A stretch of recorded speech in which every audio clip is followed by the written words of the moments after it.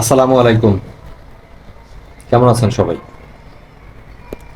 আমাদের বর্তমান বাংলাদেশের যে পরিস্থিতি,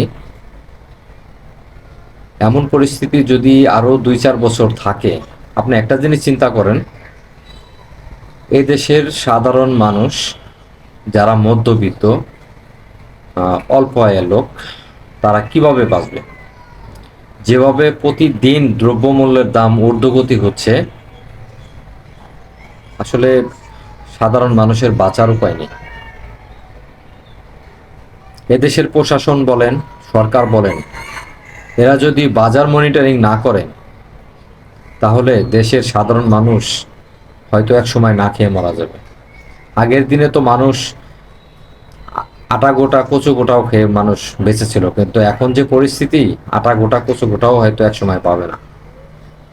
তাই বলছি, আমাদের দেশে যারা প্রশাসন আছেন, তারা বাজারের দিকে একটু নজর দেন, সাধারণ মানুষগুলো একটু বেঁচে থাকুক। কারণ সাধারণ মানুষ যদি নাই বাঁচে, তাহলে আপনি বাঁচবেন কিভাবে? আপনি কতদিন থাকবেন বলেন? এই দুনিয়াতে কেউ থাকতে আসে নাই, সবাই চলে যাবে। কিন্তু দেশের মানুষকে একটু ভালো থাকতে দেন।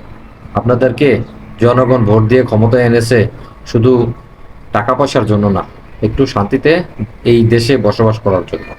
তাই বলছি, আপনারা যারা আমাদের দেশ পরিচালনা করেন, তারা একটু বাজারের দিক নজর দেন।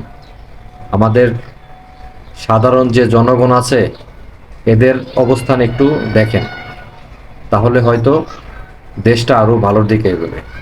সবাই ভালো থাকবেন। সালামু আলাইকুম।